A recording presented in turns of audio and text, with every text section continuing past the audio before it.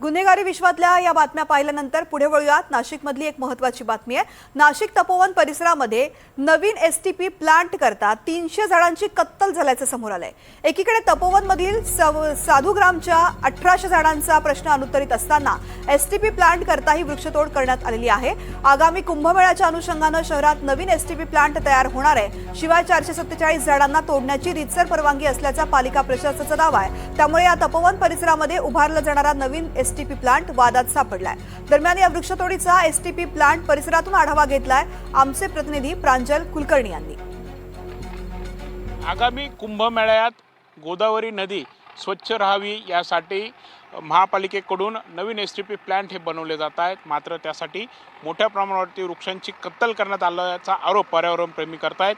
तर दुसरीकडे आपण ही जर काही दृश्य बघितली तर समोर हा भला मोठा खड्डा बघा। इथे खरं तर तो झाड हे होतं, मात्र हे झाडच आता पूर्णतः मुळासकट काढून टाकण्यात आलेलं आहे। झाडाचे काय अवशेष आहेत ते आपल्याला बघायला मिळत आहेत। यासोबतच इकडे आपण जर संपूर्ण परिसरावर जर एक नजर टाकली तर अत्यंत खतर विदारक चित्र जे आहे ते इथे नजरेस पडत आहेत। इथे घनदाट असं खरं तर जंगलच जणू बघायला मिळत होतं।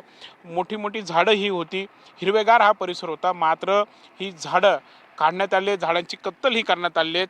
तिकडे खाली जरी आपण ही दृश्य बघितली तर कपिला नदीचा हा सर्व परिसर आहेत आणि समोर आपण बघितलं तर मोठी मोठी झाडं आहेत, फांद्या आहेत, त्या इथे कापून इथे फेकून देण्यात आले आहेत। खोड आपण जर बघितले तर खरं हे बघा की त्यांच्याकडे बघून वाटेल काही की 10 वर्षांच्या पेक्षा जुनी झाडं नाही आहेत। ही कमीत कमी 50 ते 60 वर्षांपूर्वीची ही झाडं असावीत आणि तीच अशा प्रकारे इथे फेकून देण्यात आले, झाडांची कत्तल ही करण्यात आलेली आहेत।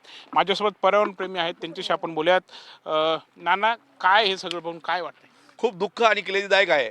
अतिशय नाशिककरांच्या डोळ्यामध्ये मिरची टाकून हा जो जुमला चाललेला आहे, सरकार आणि अधिकारी मिळून आज जो माझ्या समूळ हे जे जंगल होतं, हे तपोवन होतं, हे दंडकारण्य आहे, हे नष्ट केलेलं आहे। हजारो नाही, मोठ्या प्रमाणावर इथे वृक्षांची कत्तल झालेली आहे, मोठ्या वृक्षांची कत्तल झालेली आहे। आणि खोटं बोलतोय आम्ही एक झाड तोडणार नाही, एक झाड तोडणार नाही। दसतपासून तर इथपर्यंत आणि तिथे नांदूरपासून तर इथपर्यंत हजारो झाडांची कत्तल राजरोसपणे केली आणि हे पाप लपवण्यासाठी हे कपिला नदीतच टाकून ती कपिला नदी पण बुजवतायत। त्या कपिलेचं प्रदूषण, यांना कोणती शिक्षा करायची?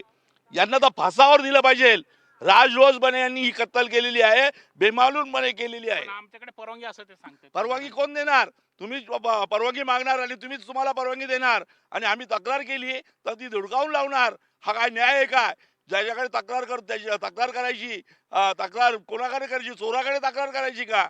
मागणी काय आता? मागणी नाही, याच्यावर शिक्षा झाली पाहिजे ताबडतोब खत्री मॅडम, आणि तो निलंबितच झाला पाहिजे। या पर्यावरणप्रेमींच्या भावना आहेत। ही जी वृक्षतोड सुरू आहेत ही तात्काळ थांबवावी, याच्यावरती जे जबाबदार सर्व अधिकारी आहेत त्यांच्यावरती थेट गुन्हे दाखल व्हावेत अशी त्यांची मागणी आहेत। आपण संपूर्ण परिसरच बघितला तर मोठ्या प्रमाणावरती वृक्षांची कत्तल करण्यात आल्याचं जर दृश्य जे आहेत इथे नजरेस पडत आहेत। याला खरं तर परवानगी कोणी दिलीत, किती झाडांची एकूण कत्तल ही करण्यात आली आहेत, याबाबत खरं तर आता महापालिकेकडून खुलासा होणं हे देखील तेवढंच गरजेचं आहे। कॅमेरामन विके पवारसह प्रांजल कुलकर्णी, NDTV मराठी, नाशिक।